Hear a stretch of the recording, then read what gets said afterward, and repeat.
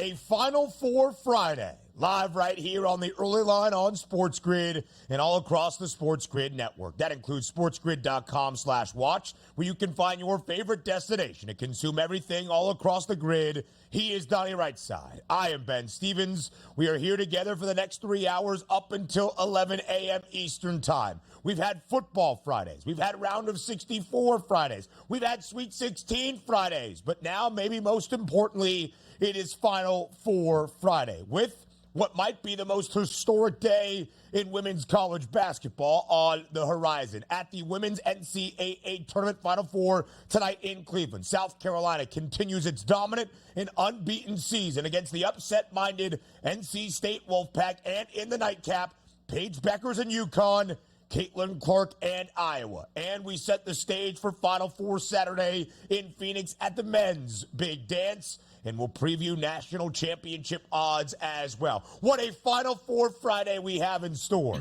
Live right here on the early line. And finally, waking up in the Northeast here, Ben, to sunny skies. Unbelievable. Woo! Maybe it is actually spring weather, but we have a lot to get to over the next 3 hours. And as we like to say, is 3 hours enough today? We don't know. But you know what? We better get started quick, Ben. Let's hit it. If Donnie Rightside is asking for more work, you know it's a big day in the sports calendar. We also have the NBA regular season coming to a close a week from Sunday. Less than a week and a half, the regular season, all 82 games for all 30 NBA teams will have come to an end with the postseason on the horizon. So March into April is not just about college hoops. It's in the NBA as well. We'll look back on a Thursday night in the association starting right here in just a moment. But first, we need to welcome in that SportsGrid radio audience. Hour number one of a Final Four Friday live right here on TEL, Sirius XM, channel 159. All of our radio terrestrial affiliates now in the fold as well. He is Donnie Rightside. I am Ben Stevens. A huge game for playoff positioning in the Western Conference between two of the top four teams in those standings. It was a good start for the Nuggets. Then the Clippers responded at home in L.A. despite Nikola Jokic having a look at the buzzer, holds on for a 2-point win, 102-100. The Clips, without Kawhi Leonard, went outright as a 4-point home underdog by 2. Yeah, nice win. I actually thought Denver was the right side yesterday, but also thinking that Jamal Murray would be back in the starting lineup yesterday, which he wasn't. And also Nikola Jokic, 36 points, 17 rebounds, and 10 assists. Yet another triple-double in a low-scoring affair. Nice win for the Clippers, as you stated. No Kawhi Leonard yesterday. Needed a win on your home court to stop that bleed. They did that yesterday. And once again, the top 3 slots there in the West, absolutely up for grabs with about a week and a half to go. Those 3 teams, the T-Wolves, the Nuggets, and the Thunder, all separated by only 1 game. Denver now sits in second, a half game behind Minnesota. The Nuggets only have 5 games remaining in this NBA regular season. The Clippers with a big win to hold firmly onto that 4th spot in the Western Conference standings. The Golden State Warriors trying to position themselves in the play-in tournament and keep a lot of ground between where they stand and the upset-minded Houston Rockets, who were on an 11-game win streak, but since that point have now dropped 3 in a row. Golden State goes into H-Town last night and wins big, 133-110 over the Rockets. They easily cover as a 3.5-point favorite, make that 6 consecutive wins for the Dubs. Yeah, and talking about this game yesterday, just felt like it was a Warriors' time to say, you know what, we woke up about 2 weeks ago here. We're not going to let Houston overtake us. And this was that final knockout punch that they used. And how about that? 29 points for the Splash Brothers each for Steph Curry and also Klay Thompson. Looks like the Golden State Warriors rounding into playoff form right now, Ben. And that's what they need. Now a 4-game differential from where the Dubs stand in the 10th spot from where Houston is at 11th with 6 games remaining in the NBA regular season for both clubs. It might be a little bit difficult to catch them for Houston. Now to Major League Baseball, only a 6-game slate, and 2 of the games took place in the same ballpark at Citi Field up in Queens. And the New York Mets in the doubleheader finale finally get their first win of the season, but they were down 1-0 into that final frame. Pete Alonso hit his second long ball of the year before Brett Baty scored the winning run. The Mets finally DRS off the schneid. Now 1-5 so far this season. Yeah, we figured they would split the doubleheader, but it looked easily like they were going to get swept at home and certainly go winless on the season to open up at home, which would have been devastating news. But also, does anybody care? If anybody watched that late game in the doubleheader, there couldn't have been more than 300 people in the stands at Citi Field. Apathy for the New York Mets right now, but at least they did get a victory. I mean, listen, it wasn't a very balmy day yesterday in the greater tri-state area. Not exactly the best baseball weather. Detroit did win the first game in 11 innings, 6-3. More Major League Baseball recaps coming your way in just a moment. NIT final last night. Hinkle Magic inside one of the storied venues in college basketball. Hinkle Fieldhouse, Seton Hall, and Indiana State playing for the right to say we should have been the team into the NCAA tournament instead of Virginia. The Sycamores, DRS, of Indiana State had a 7-point lead, 77-70, under 3 minutes remaining in regulation. They never scored again. Seton Hall rallies for a 79-77 win in an NIT championship. The Pirates winning outright as a 2.5-point dog. Would have loved to bet this game. You take a look at Indiana State. They actually dropped 12 triples yesterday. Would have been able to cash in on some of those, but not able to do so. Nice win for the Pirates that nobody's ever going to remember. So congratulations, Seton Hall. Oh, see, I disagree. Hallball making a statement. Shaheen Holloway is wired to win, even if it is the NIT. A big victory for Seton Hall. You can often just pick up your ball and go home if things don't go your way. Seton Hall proving they would fight to the very end. Other college basketball news. Big one out in Los Angeles after Andy Enfield, the former head coach of USC, departs to Dallas to take the head job at SMU. Eric Musselman, the Must Bus, a long trip from Fayetteville, Arkansas to Southern Cal. Eric Musselman is the new head coach of the USC Trojans.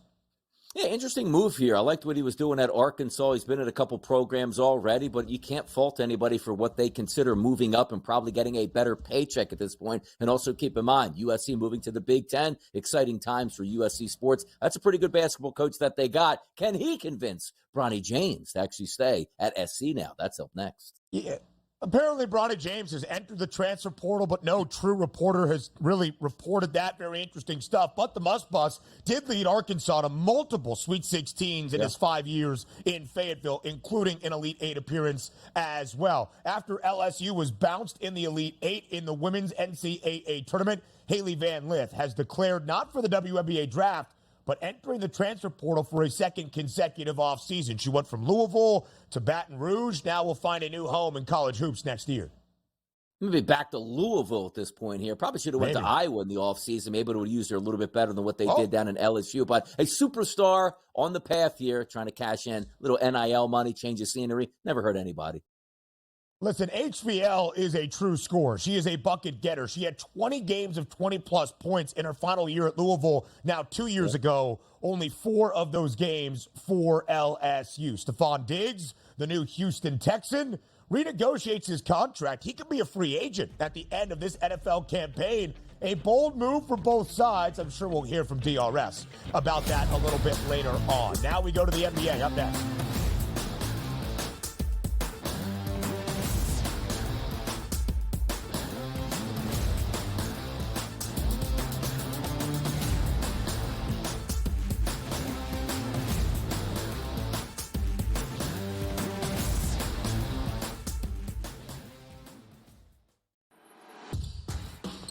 So I'm not sure Alabama is the team to knock them off from this second consecutive national championship chase. But what will be the key for the Crimson Tide if they can even cover a number? That wing ball screen action, how you defend that is going to be a problem because the Donovan Clingan forces you to change so much what you do defensively if he's able to score inside. Only on SportsGrid. Talk all you want about how fat he is. No one can guard him. No one can stop him. He's a violent offender. He does whatever he wants in the low block and at the 10. He just does whatever he wants and scores at will, ad nauseum. They're the Mike Tyson of college basketball. At some point, they're going to throw a haymaker. And when it connects, Pharrell, you're not getting up. Pharrell Coast to Coast. Only on SportsGrid. Your gut says Miami is going to win, and you should take the over. Your gut also said your NFT selfies would only go up in value. They didn't. But your head is on SportsGrid and knows the QB is in concussion protocol. The backup has a 45 QBR against the zone coverage. The New York D has the most sacks in the league. So yeah, trust your head. It's smarter to be on SportsGrid. It's smarter to be on SportsGrid, your 24/7 sports wagering network. The early line. Magical and historic season in Lincoln, Nebraska continues. He is the best player in the NBA, but also in the biggest moments where the national media is watching. Newswire. Something that we have never seen happen before with one of the iconic coaches in the game. Pharrell Coast to Coast. The team covers. It's automatic. It's every time. Not sometimes. It's every time. Game time decisions. Luka is actually far more dangerous from three on the road this year than at home. This game here tonight, you may want to consider taking as many points as humanly possible. In-game live. Prime time. We got not one, but two coaches fired systems in place. Sports Rage Late This sort of Night. has letdown written all over it. It's going to be hard to match the emotion that they played with the other night. It's smarter to be on SportsGrid.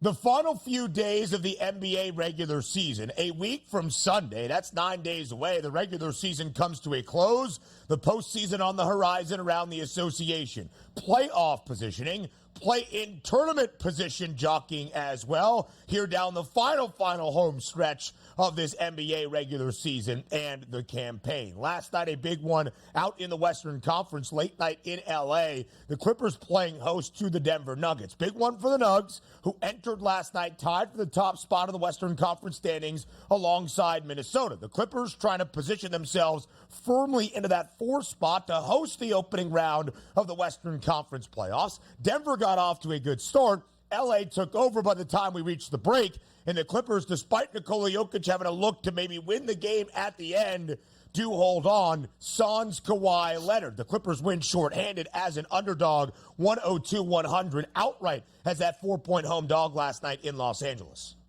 Jokic had a big game, but didn't amount to a victory here. But you're right. Take a look at the Western Conference right now. Top 3 seeds, Timberwolves, Nuggets, and Thunder in that order. The Nuggets no longer in first place. It's going to be fun to watch it play out down the stretch because the one thing we were talking about, Ben, over the past couple weeks was how good the Denver Nuggets were playing, but we weren't really talking about them. Winning basically 8 to 9 out of every 10 games they played. But you take a look at now with that loss yesterday, 6 out of their last 10 here. So losing a little bit to the teams like the Minnesota Timberwolves, who are winners of 8 of their last 10 have won 2 straight games. It'll be fascinating to see how it finishes up. But also on the flip side here, great win here by the Clippers because, as you pointed out, the Clippers now in the 4 seed with a little more breathing room going up against the Dallas Mavericks, who sit 2 games back now of them. So with just a few games to go, they want to solidify their position as maybe just sitting there in that 4 seed as opposed to slipping back to 5 or 6. It's going to be a fun run down the stretch. Just waiting for these teams to get healthy because even though last night was a good win by the Clippers, we'll see when we're getting back Kawhi Leonard, and the same thing with Jamal Murray for the Nuggets here. No panic on either side, but a great win by the Clippers just to say, you know what?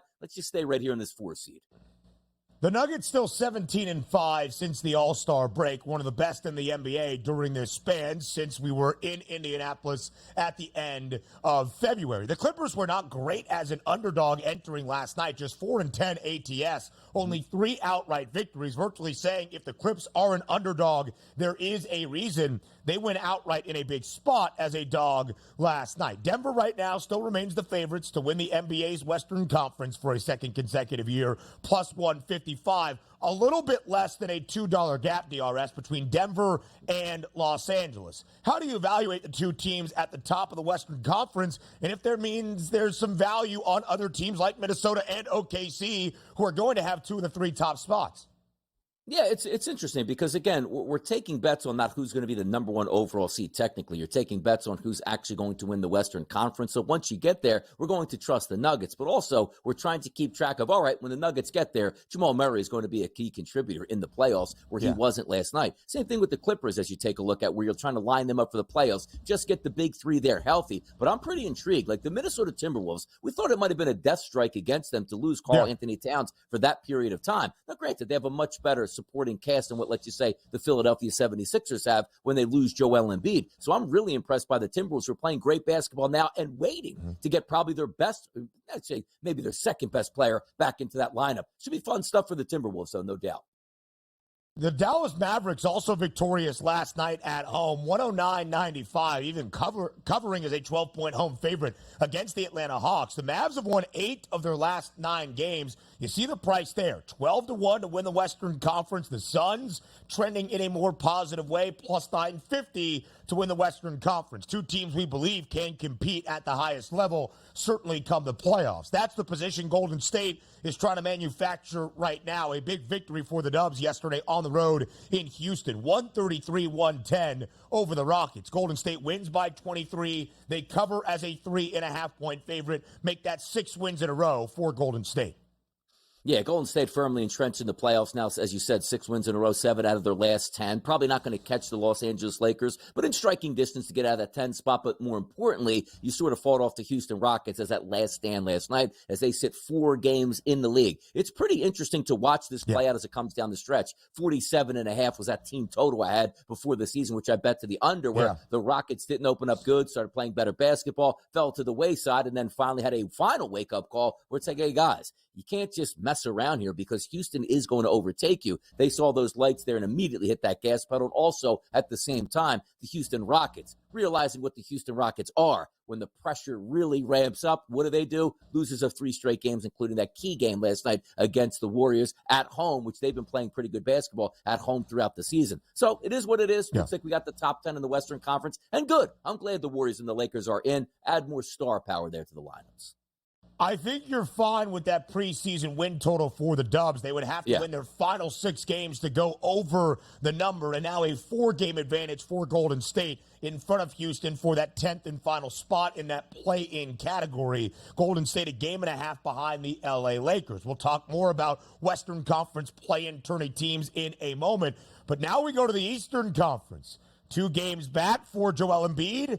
2 victories for the Philadelphia 76ers. A lot of line movement last night before this game in South Beach. When Donnie and I were breaking it down yesterday on TEL, 3.5-point spread in favor of Miami. Closer to a pick'em, only 1.5 in favor of the Heat. Minus 130 on the money line. Philly wins outright, 109-105 in Miami. Low total, 209 in the hook. Does go over. So Philly with JoJo back, a perfect 2 for 2. There you go. And also a schedule that really sets up for them to try to make a run at the Miami Heat and or the Indiana Pacers to try to get out of that play-in round to get into the top 6 here. Should be fun to watch it play out, but also in that way, you take a look at Embiid, 2nd game back, 33 minutes played, 29 points, and also 37 points from Maxey. See how much easier it is for Maxey to play when somebody else is the focus of the offense as opposed to just him, and that's all you have to stop. I loved what I saw of the Sixers, which included getting that lead primarily all through the first half and into the third quarter. Then you saw the Miami Heat overtake the Philadelphia 76ers. Oh, no, they're just out of gas. It's on the road. Embiid's not going to have enough. And a great close to that game. I'm telling you right now, the Boston Celtics and the Milwaukee Bucks are looking at the Sixers going like, you got to be kidding me. This isn't supposed to be a round 1 game. Watch out for those Sixers, man. Should be good to finish here.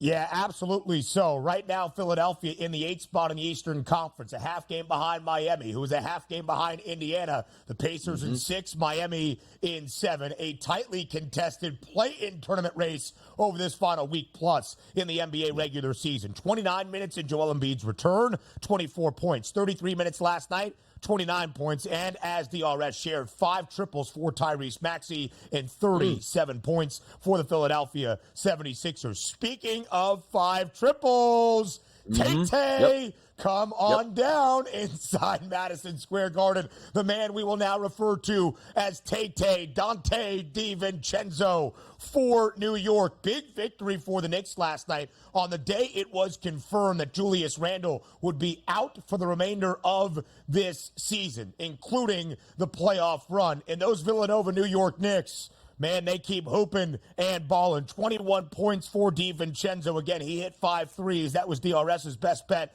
yesterday. Jalen Brunson had 35 and Josh Hart 31 as well. The New York Knicks win outright as a 3.5-point underdog inside the Garden, 120-109.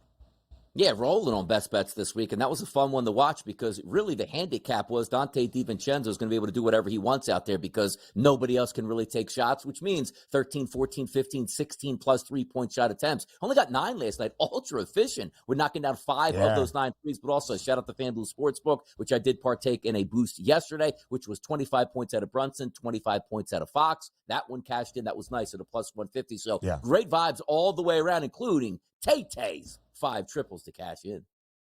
I mean, Tay-Tay is the man here on the early line. I'm going to walk to the Garden, just start yelling Tay-Tay out to try to get him on the show. 5 of 9 from deep last night. Josh Hart, 43 minutes, 14 of 19 from the floor, 31 points, 9 boards, 8 dimes. By the time they are done in the playoffs, maybe shorthanded without Julius Randle and OG Anunoby, Josh Hart is going to be one very, very tired man. Around Major League Baseball, we go up next in Daily Diamondbacks.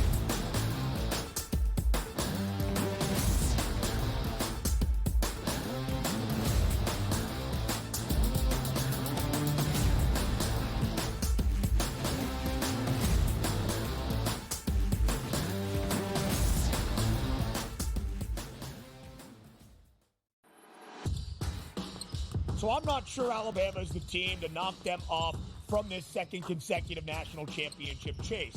But what will be the key for the Crimson Tide if they can even cover a number? That wing ball screen action, how you defend that is going to be a problem because a Donovan Clingan forces you to change so much what you do defensively if he's able to score inside.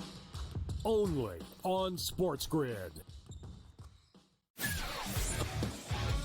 Talk all you want about how fat he is. No one can guard him. No one can stop him. He's a violent offender. He does whatever he wants in the low block and at the 10. He just does whatever he wants and scores at will, ad nauseum. They're the Mike Tyson of college basketball. At some point, they're going to throw a haymaker. And when it connects, Pharrell, you're not getting up. Pharrell Coast to Coast. Only on SportsGrid.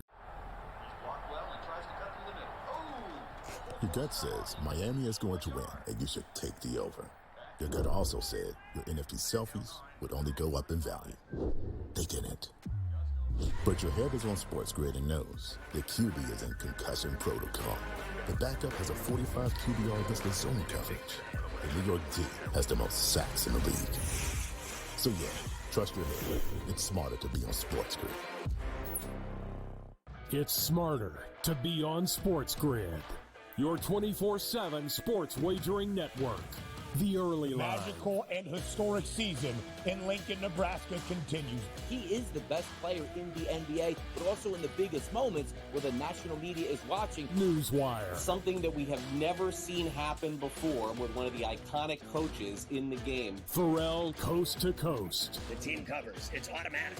It's every time. Not sometimes. It's every time. Game time decisions. Luka is actually far more dangerous from 3 on the road this year than at home. This game here tonight, you may want to consider taking as many points as humanly possible. In-game live. Prime time. We got not 1, but 2 coaches fired systems in place. Sports Rage This late sort of night. has letdown written all over it. It's going to be hard to match the emotion that they played with the other night. It's smarter to be on SportsGrid.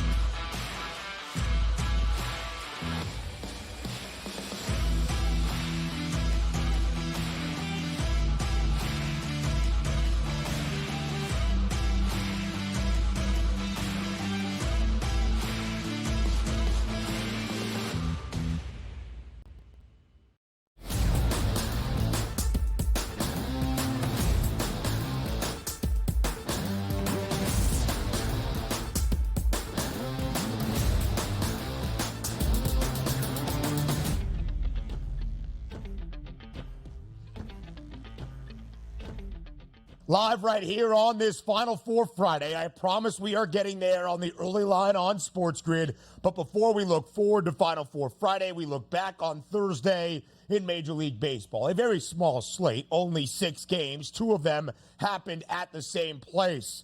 But man, what a tough start to this season, DRS. It has been for the Miami Marlins. 8 games, 8 losses, 0 wins. The 0-1 start continues for Miami. They are now 0-8 despite a lead yesterday on the road in St. Louis. Entering the 7th inning, they were up 5-3 over the Redbirds before in that 7th, the Cards score 5 runs to come all the way back for a victory. 8-5, the victory for St. Louis. They get to an even 500, 4-4. They win inside Busch for their home opener of this season. But 0-8 still winless for the Fish. And it gets tougher, too, because you just want that first win no matter how you get it here. We'll talk about the Mets here and how they got their win finally, even if it was such an ugly game to pull that out. If you are the Marlins, you got to feel good going into the 5th inning here after you're batting in the 5th inning up 4-1. You're supposed to win that baseball game. You end up getting trounced 8-5 because you give up 7 runs in the bottom of the 7th inning. And these get compounded, man, because, look, everybody's still human beings. They're getting paychecks. They understand it's a long season, but it's pretty embarrassing to be 0-8 to start the season and on the road. Like, when are we ever going to get our first victory? It might have to come with one of those Houston Astros, like, boy, we needed a no-hitter just to get a win, but still we got the win at this point. Tough scene for the Marlins because you're supposed to win games at home when you're playing the bottom of the barrel teams, and now you go on the road and take on teams that are expected possibly to win their own division. It's not going to be a good scene for the Marlins. When do they get their first win? Before Game 10? Who knows? I don't know, man, but they had the bats firing yesterday in St. Louis. Jake Berger, 2 home runs in 2 innings. Sandwiched in between was a long shot, a 2-run bomb from Josh Bell. They had a 4-1 lead at the end of the top of the 5th before it all came crashing down under the arch. But a victory for the Cardinals in their home opener. Everybody now in the National League Central, 500 or better, a competitive division.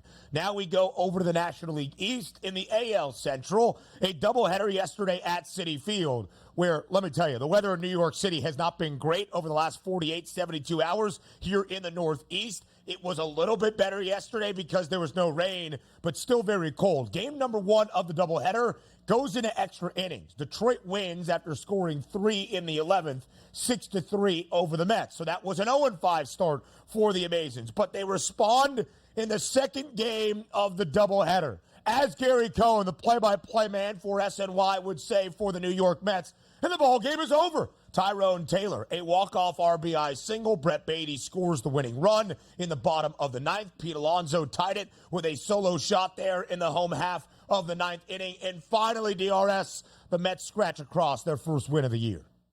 Yeah, it feels like a season-saving win in a 162-game schedule where you're really only playing in your 6th game here. But that's really what it amounted to. It wasn't even like one of those, man, crazy 12-11 finishes in extra innings. The Mets had nothing going for them in that doubleheader whatsoever at the plate, which included in game number 2. And you were rescued by the Polar Bear with that 9th inning home run to sort of breathe a sigh of relief, like, okay, we might be back in this. And then it's nice to get that win. You need that momentum now to turn over because once you get that first win out of the way, no matter how you get it there, you got to move forward. And also, it was a pretty good sign. We talked with Craig Mish yesterday. It's hard to sweep a doubleheader. It really is. So if you were the Mets just looking for a win, it was nice to have the doubleheader because you were probably at worst case scenario going to split. Same thing with the Marlins. They need a doubleheader in St. Louis here, so at least they can get a split and get a victory as well. Yeah. But it felt like those bad vibes, right? For New York, they were up 3-0 entering the 6th inning yesterday against the Detroit Tigers. They started the rally. Riley Green in the opener hits a solo shot in the top of the 8th to tie it. That sent us to extras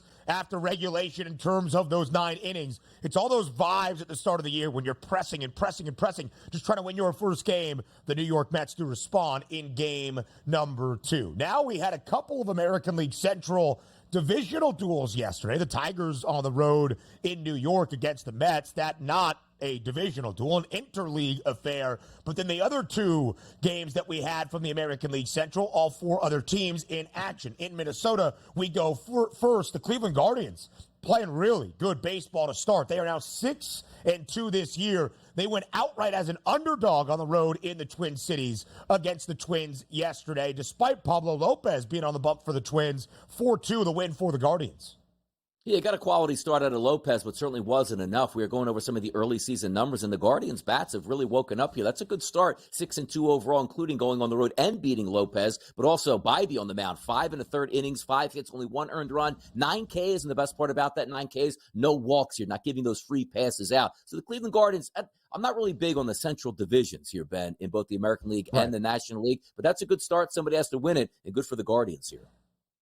Yeah, a big win for Cleveland. When you look at the National or the American League Central, rather, at this moment, there is one team very much at the bottom of the barrel, and then we're going to contend for the top spots, the Guardians and the Tigers right now, very early on, but 6-2 for Cleveland. Detroit, 5-1. So on the opposite end of the Mets starting 0-5, the Tigers started 5-0. That was their first loss in the nightcap of the doubleheader yesterday at Citi Field. The other divisional duel we saw in the American League in Kansas City, and the Royals played 10 against the Chicago White Sox. 10-1 the victory for KC. The White Sox off to a 1-5 start this year. Now make that a 3-4 mark for the Royals.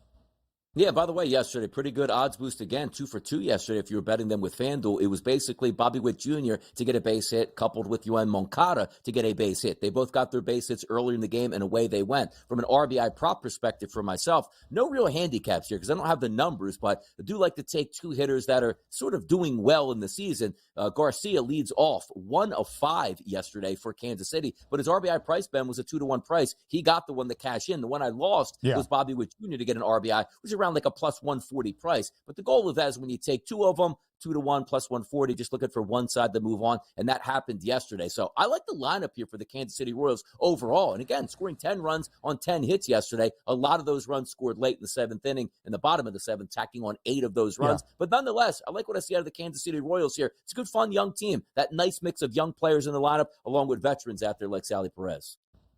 Yeah, when you look at Bobby Witt Jr., no RBI yesterday, as DRS was referencing, but 2 for 3 at the dish and a run scored. MJ Melendez, also multiple base knocks in that starting lineup for KC. And Seth Lugo, who was one of the big acquisitions, at least to the starting staff for Kansas City this offseason, 6 2/3, did allow 8 hits, but only 1 run across for Seth Lugo. He gets his first victory in a Royals uniform. Again, I've got the over of 73.5 wins, that preseason total for Kansas City. I don't expect them to win the American League Central or even have a winning record when all is said and done, but a competitive team where I don't think the AL Central DRS, last year there was one team that finished above 500. In fact, I think one team that finished 8 games or better than 8 games below 500 last year. That was the Twins, who won the division. I think it's going to be a little bit better as a division this time around. National League Central, the team at the top at the moment,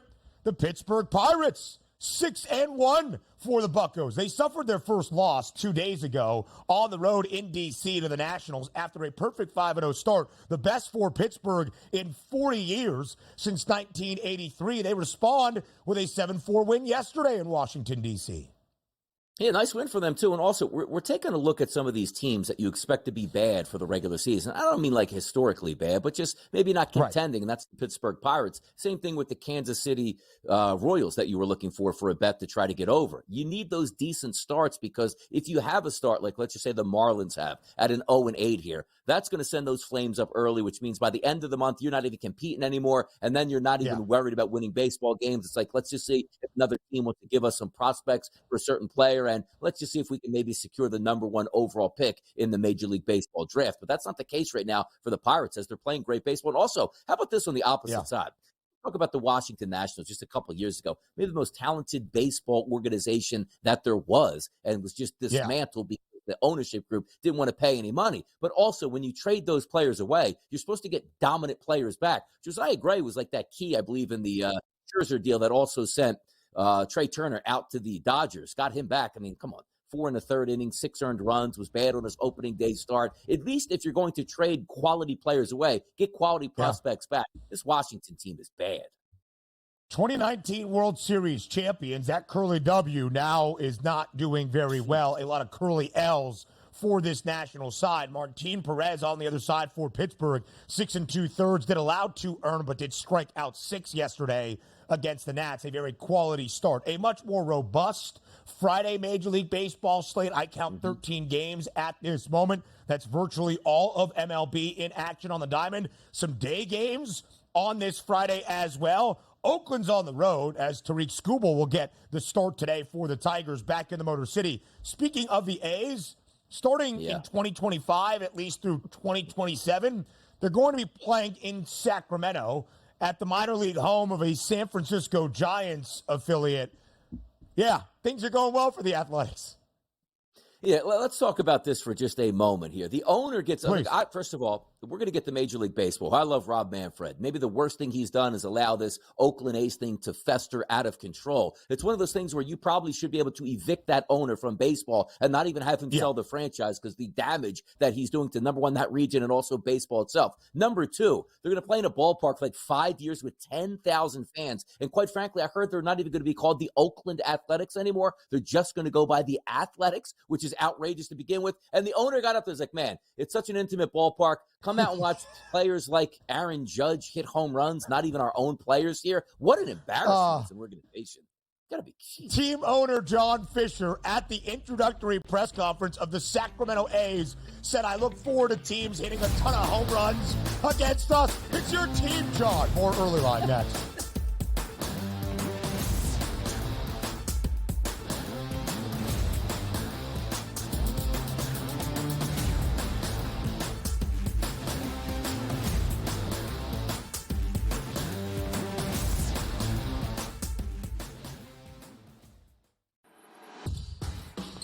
So I'm not sure Alabama is the team to knock them off from this second consecutive national championship chase. But what will be the key for the Crimson Tide if they can even cover a number? That wing ball screen action and how you defend that is going to be a problem because a Donnie forces you to change so much what you do defensively if he's able to score inside. Only on SportsGrid. Talk all you want about how fat he is. No one can guard him. No one can stop him. He's a violent offender. He does whatever he wants in the low block and at the 10. He just does whatever he wants and scores at will, ad nauseum. They're the Mike Tyson of college basketball. At some point, they're going to throw a haymaker. And when it connects, Pharrell, you're not getting up. Pharrell Coast to Coast. Only on SportsGrid. Your gut says Miami is going to win, and you should take the over. Your gut also said your NFT selfies would only go up in value. They didn't. But your head is on SportsGrid and knows the QB is in concussion protocol. The backup has a 45 QBR against the zone coverage. The New York D has the most sacks in the league. So yeah, trust your head. It's smarter to be on SportsGrid. It's smarter to be on SportsGrid. Your 24/7 sports wagering network. The early line. Magical and historic season in Lincoln, Nebraska continues. He is the best player in the NBA, but also in the biggest moments where the national media is watching. Newswire. Something that we have never seen happen before with one of the iconic coaches in the game. Pharrell Coast to Coast. The team covers. It's automatic.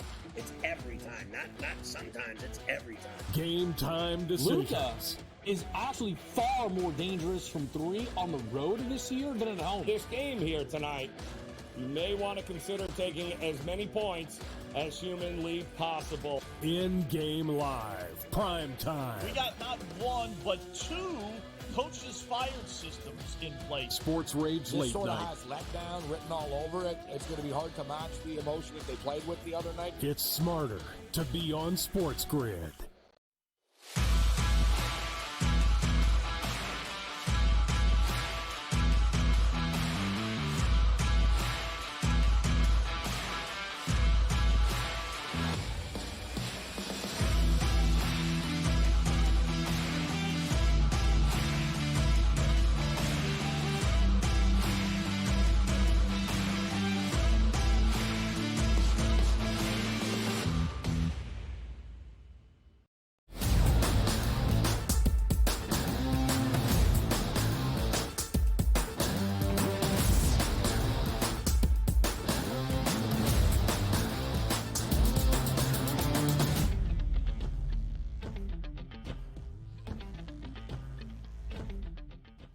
And now we can confidently say it is Final Four Friday. Live right here on the early line on SportsGrid. I am Ben Stevens. Donnie is on the right side as always, and the man in the middle with his scouting report for Final Four weekend, both for the men's NCAA tournament and the women's NCAA tournament, is our coach, James Young, JY. It is Final Four Friday. A historic night awaits at the women's big dance, followed by Final Four Saturday in Phoenix at the men's NCAA tournament. This is why we do what we do, JY. Thank you for joining us on this Friday.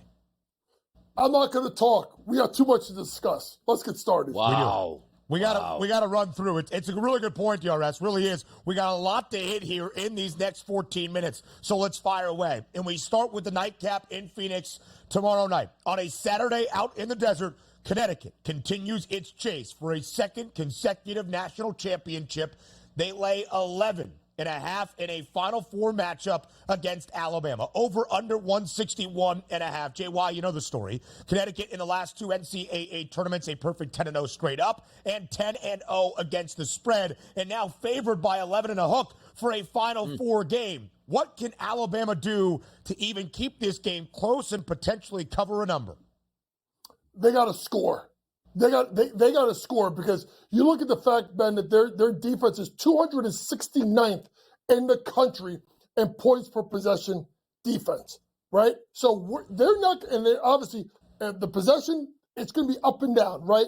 Effective field goal percentage, every advantage you have metrically sides with Connecticut with the ball. So what does Alabama do? Nate Oates' team do what they do, which is they bomb away from three. You've talked about it. They shoot about half of their shots from the three-point line.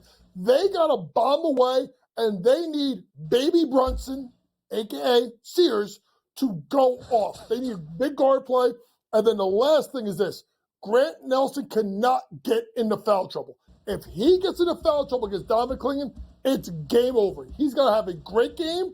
Sears has to go off, and then they have to literally outscore Connecticut. That's why I think more than anything, Connecticut's team total, that's what I'm looking at right now, because they're going to be able to score and score all night versus Alabama. Can Alabama keep pace?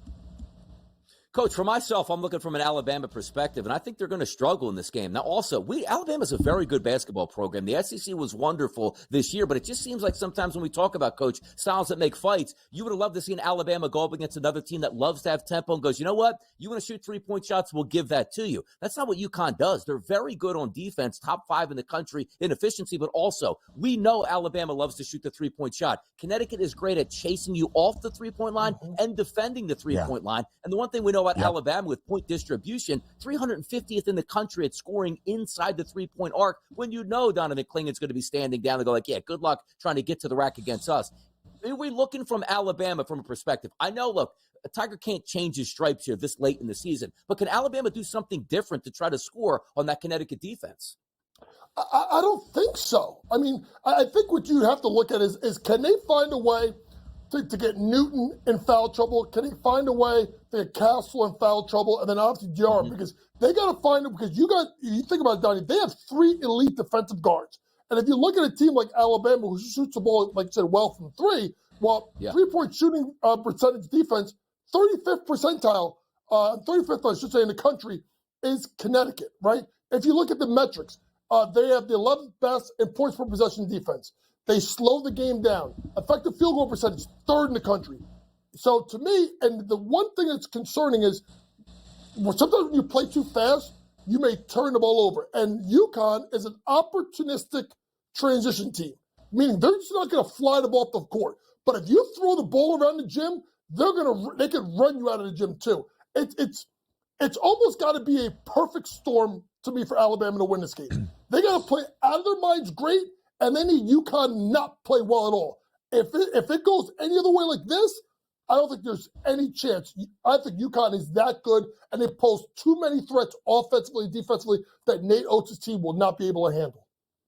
In Connecticut's last 10 games in the Big Dance, we have never seen them play not good or even less than great. A perfect 10-0 against the number, and you can see here, 17 points. That has been the victory margin for UConn in all 4 victories here in the NCAA tournament this year. Average margin of victory over their last 10, 23 points per game. And again, a perfect 10-0 against the spread. Alabama as an underdog this season. 3-6 ATS, 2 outright victories, including the upset in the Sweet 16 over North Carolina. Now we move from UNC to NC State in the first game in Phoenix on a Saturday. It's NC State, the double-digit seed, the number 11 seed from the South region, against Purdue. The redemption tour continues for the Boilermakers. 9.5-point number in favor of the Boilers, over under 146.5. JY, as you break down this basketball game,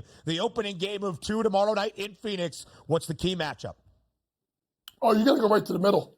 You got to go right to the middle, and you got to go, right at Zach Edey and obviously DJ Burns. This is like a heavyweight fight in more ways than one with these two monsters. And to me, Zach Edey does as good of a job, Ben, as I've seen probably in my lifetime of establishing low post position in an area where you can't double him.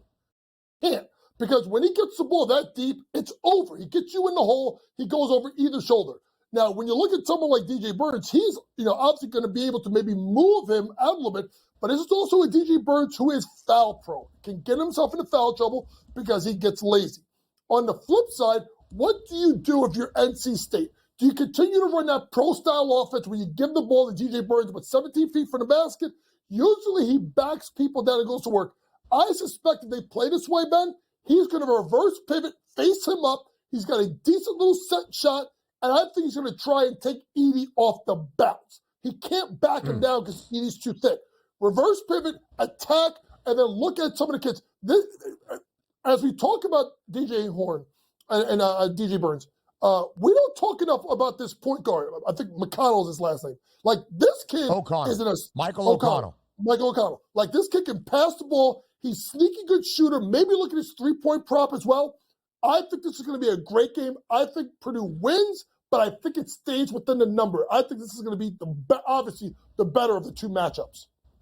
I agree with that, Coach, and I do think there's a chance that this game stays in the number better than that Alabama-UConn game. But if we talk about those styles that make fights here, let's remove ourselves from that equation. Just say, forget about the handicapping aspects of it. You take a look at an NC State team that was dead to rights at the end of the ACC regular season, rips off 5 games in 5 nights, which includes beating Duke and also North Carolina on that run, then gets into the tournament, knocks off Texas Tech, a team out of the Big 12, and then handles Marquette and Duke again here. So from a handicapping perspective, you look at the numbers and you say to yourself, well, NC State looks like they're middle of the road. But, Coach, 9 straight wins here. Do you sort of throw some of the numbers out and just say, give me the hot team here? They got a lot of confidence? The reason why you do is because they gave you, after running through the ACC tournament, that they could just actually just go and lay an egg in the tournament, right? And they haven't. Yeah. They continue to play well. I think the key matchup also we have to talk about is the three-point shooting. NC State has gotten, you could say, lucky with teams not shooting the ball well. Look at the 2 Duke games they won. Both times Duke shot, I think, 5 for 20 from 3. They're going against one of the best three-point shooting teams in the country with 4 guys that can shoot at a 40% clip.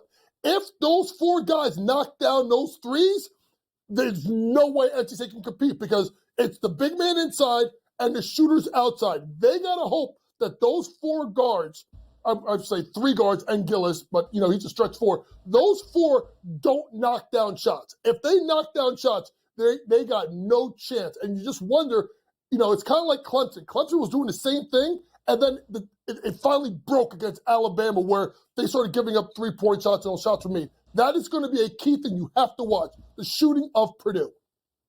Defensively for NC State in this NCAA tournament, as we try to narrow the sample size for this version of the pack versus what we saw in the entirety of the regular season, 47% of the shots the opposition takes against NC State from 3. And if Purdue regresses back in a positive manner after a 3 for 15 performance against the Vols in the Elite 8, that's my key here for the Final Four. But that's on Saturday. Final Four Friday starts tonight in the NCAA Women's Tournament. First game up, South Carolina undefeated against the other NC State team playing on Final Four weekend. But the nightcap has our attention first and foremost. It is Paige Beckers and Connecticut. It is Caitlin Clark and Iowa. A historic night awaits in Cleveland at the Women's NCAA Tournament. 2.5-point spread in favor of the Hawkeyes. That over-under 162.5.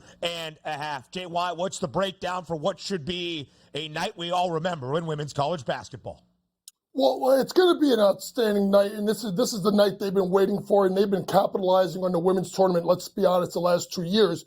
They should be unprecedented ratings for this game. I honestly wish it was early, but I guess it works out better that it's the later game, because then you get the West Coast to be able to watch the game as well. When you look at this matchup, guys, I think one thing that needs to be looked at is, honestly, you're going to talk about a team like Iowa, who is the number one team in the country in points per possession offense. Well, they're going against the 15th point per possession defense in UConn, and it'll be interesting to see. Mule probably starts off on Caitlin Clark. I wouldn't be surprised if we get the matchup I want to see, which is Paige Beckers guarding Caitlin Clark. Paige is a very underrated defender. Let's see what happens. I guarantee this, they're not going to be playing no drop coverage on some ball screens like Kim Mulkey pulled off. But on the other side, Ben, this is where this game is going to be won or lost. You have the 4th-ranked points per possession offensive team in UConn versus the 250th in Iowa. Iowa's got to get stops. They're not going to be able to have free reign offensively. They got to get stops, man. If they can get enough stops, Caitlin can take them there. If their defense leaks too much, UConn will take them home. Watch the matchup inside. Also, Aaliyah Edwards, look for her inside to get established by UConn tonight. Should be a great matchup. Can't wait to watch it play out. But also, talking about those superstar showdown props there, Caitlin Clark, 33.5 as a points prop tonight. Paige Beckers at 26.5. Let me ask you this quick question, Coach, because I would love the matchup between Paige and Clark going toe-to-toe. But the one thing is, you're going to get run ragged. If you're the best player on UConn, you got to play 40 minutes and chase Caitlin Clark around. Is there a chance that they don't actually put her on there just because they need her to be active on offense as well? Yeah, I think, listen, that's why Mule will start off on Caitlin Clark, but I think they will kind of rotate people. If you're Iowa, you have to find a way to get this game up and down. These UConn ladies, there are only 8 healthy bodies. You really only play 7. You got to get this game to be a track meet and hope that their legs give out. That is the key to the game. Can Iowa play the game at their pace? Gino is going to want to walk this up and play it his way. 162.5 is that total. Quickly here, JY, 11.5-point spread for the opening game tonight in the Final Four. Dawn Staley's Gamecocks enter undefeated for a second straight year into a Final Four, but NC State has pulled upset after upset. Your quick thoughts in the final 20 seconds of this segment. I would say look for NC State first half. Let the line drop. Take it second half. They'll wear them down, the Gamecocks, in the second half of the game. Live lines are a thing in the women's NCAA tournament as well. Some thoughts on the New York Knicks without Julius Randle up next.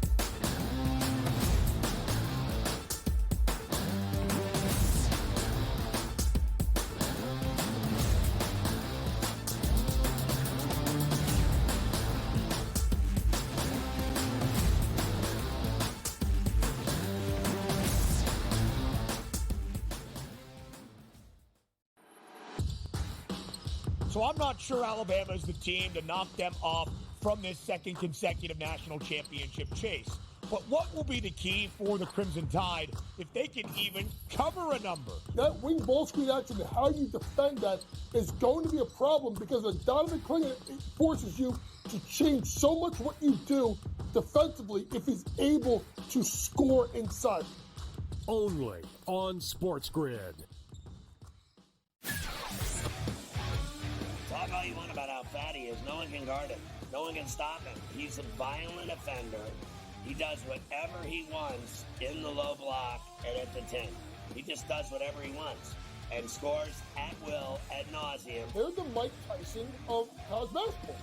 At some point, they're going to throw a haymaker. And when it connects, Pharrell, you're not getting up. Pharrell Coast to Coast. Only on SportsGrid. Your gut says Miami is going to win, and you should take the over. Your gut also said your NFT selfies would only go up in value. They didn't. But your head is on SportsGrid and knows the QB is in concussion protocol. The backup has a 45 QBR against the zone coverage. The New York D has the most sacks in the league. So yeah, trust your head. It's smarter to be on SportsGrid. It's smarter to be on SportsGrid, your 24/7 sports wagering network. The early line. Magical and historic season in Lincoln, Nebraska continues. He is the best player in the NBA, but also in the biggest moments where the national media is watching. Newswire. Something that we have never seen happen before with one of the iconic coaches in the game. Pharrell, coast to coast. The team covers. It's automatic. It's every time. Not sometimes. It's every time. Game time decisions. Luka is actually far more dangerous from three on the road this year than at home. This game here tonight, you may want to consider taking as many points as humanly possible. In-game live, prime time. We got not one, but two coaches fired systems in place. Sports Rage This late sort of night. has letdown written all over it. It's going to be hard to match the emotion that they played with the other night. It's smarter to be on SportsGrid.